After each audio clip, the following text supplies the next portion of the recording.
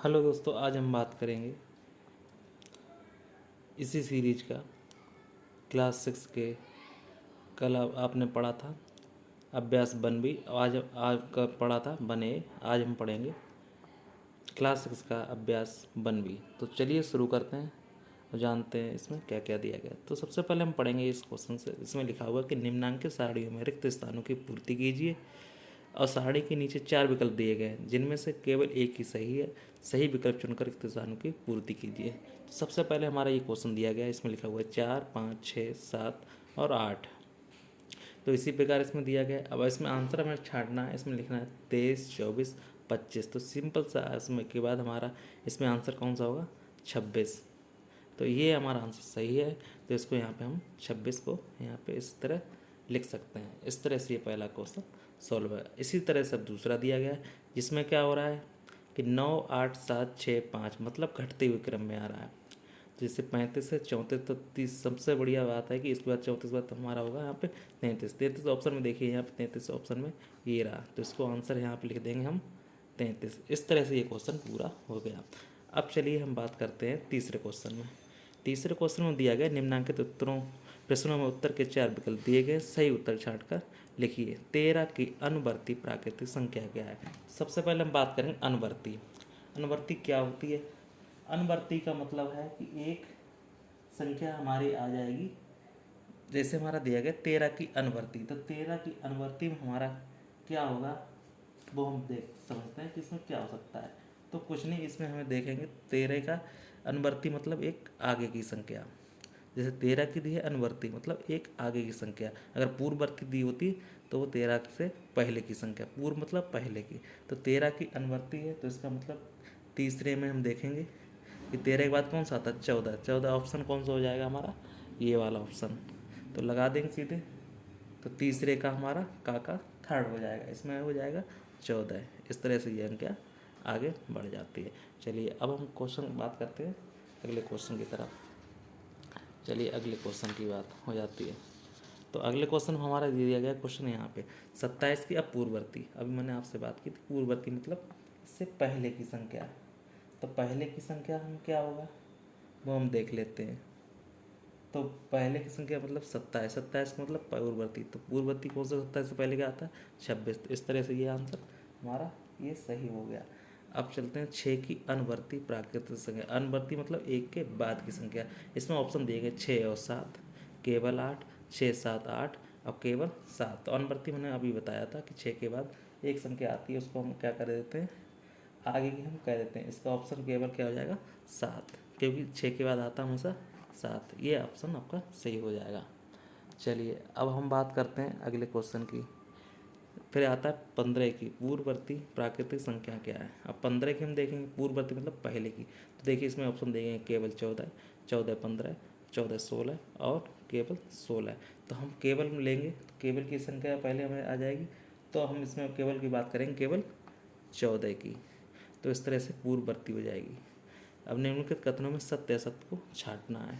तो छांटने से पहले हम देखेंगे एक सबसे छोटी प्राकृतिक संख्या है। ये बात सत्य है कि हाँ भैया ये पूरी बात सत्य है, क्योंकि एक हमारी प्राकृतिक संख्या में ही आती है। इसलिए क्या है सबसे छोटी प्राकृतिक संख्या है। तो बस इसके आगे लिख दीजिए आप सत्य। इस तरह सत्य लिख दीजिए।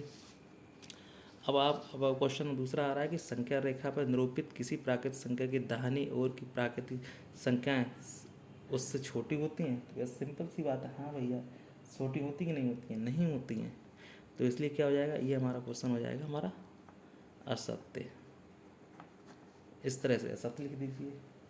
अब हमारे ऑप्शन आता है 101 से बड़ी क्रमागत संख्या क्या हो। अब 101 से बड़ी क्रमागत संख्या क्या होगी? अब देखिए 102, 103, 104 है। तो ये बात हमारी क्या हो जाएगी? सबसे बढ़िया बात है कि 100 के बाद क्या आ रहा है? 102 आ रहा है, 103 आ रहा है, 104 आ रहा है। इसलिए ये बात हमारी कैसी हो जाएगी? सत्य हो जाएगी। अब बात कर रहा है कि 23 एक प्राकृतिक संख्या। हाँ भैया 23 हमारी क्या हो जाएगी? एक प्राकृतिक संख्या हो जाएगी। हमारी एक से लेकर सभी प्राकृतिक संख्याएं होती हैं, इसलिए हमारी ये क्या हो जाएगी? 100 तक जाएंगी सब प्राकृतिक संख्या, इसलिए वो ये जाएगी हमारा सत्य हो जाएगा। फिर हमारी आती प्राकृतिक संख्याओं में से कोई संख्या सबसे बड़ी नहीं होती है। अब हमें ये बात करना है कि इस प्राकृतिक संख्याओं में कोई संख्या सबसे बड़ी नहीं होती है। तो इसलिए ये बात देखो प्राकृत संख्याओं में कोई संख्या सबसे बड़ी नहीं होती है, तो प्राकृत संख्या सभी प्राकृत संख्याएं होती हैं, इसलिए ये बात हमारी सत्य हो जाएगी। इस तरह यहाँ पे लिख दीजिए आप, ये बात सत्य है इसलिए। चलिए अब हम क्वेश्चन बात करते हैं अगले क्वेश्चन की बात। अब 5वें क्वेश्चन की बात हो जाएगी। इस तरह से ये क्वेश्चन हो जाते हैं। अब इसके बाद हम बात करेंगे 5वें क्वेश्चन की। 5वां क्वेश्चन क्या दिया गया है कि इसमें दिया है कि हमें अनुवर्ती प्राकृत संख्या को याद कर। अनुवर्ती मतलब एक आगे, तो सबसे बढ़िया इसमें कुछ नहीं करना, आपको क्या करना है, प्लस को एक यहाँ पे जोड़ देना। इसके बाद आपका ये प्राकृतिक आपकी अनुवर्ती संख्या ज्ञात हो जाएगी। 9 1 10 0 0 और यहाँ पे सीधा हो जाएगा ये, तो आपको ये प्राकृतिक संख्या मिल जाएगी। इस तरह ये आपका आंसर हो जाएगा। ठीक है, अब इसके बाद कह रहा है कि हमारा पास ये दिया है कि अब ये दिया गया इकाई, दहाई, सैकड़ा, हज़ार, 10,000, लाख, 1,00,000 की पूर्ववर्ती प्राकृत संख्या। सबसे बात हम बता चुके हैं, इसमें पूर्ववर्ती क्या, इससे पहले की संख्या। तो सबसे बढ़िया है इसमें आपको क्या करना है, एक यहाँ पे माइनस कर दीजिए, एक घटा दीजिए, तो आपको यह क्या मिल जाएगी, पूर्ववर्ती संख्या मिल जाएगी। 0 0 0 0 और 0। देखिए इस तरह से आपको ये पूर्ववर्ती संख्या मिल जाएगी। और सिंपल सी बात है, कुछ नहीं करना आपको। संख्या रेखा, अब देखिए यहाँ पे क्या देख रहा है, संख्या रेखा खींचिए, उस पर 1 9 तक की प्राकृतिक संख्याएं प्रदर्शित की थी। सिंपल सी बात है भैया, एक लाइन खींच लीजिए। अब यहाँ पे सीधे क्या करना है आपको, प्राकृतिक संख्या दर्शा देनी है। बस आपको मालूम है क्या होता है, ये लिख दीजिए, यहाँ से चला दीजिए। आपकी प्राकृतिक संख्या है 1 2, तो यहाँ पे प्राकृतिक संख्या कहाँ से चलेगी, यहाँ से चल जाएगी 0 1 2 3 4 5 6 7 8 और 9।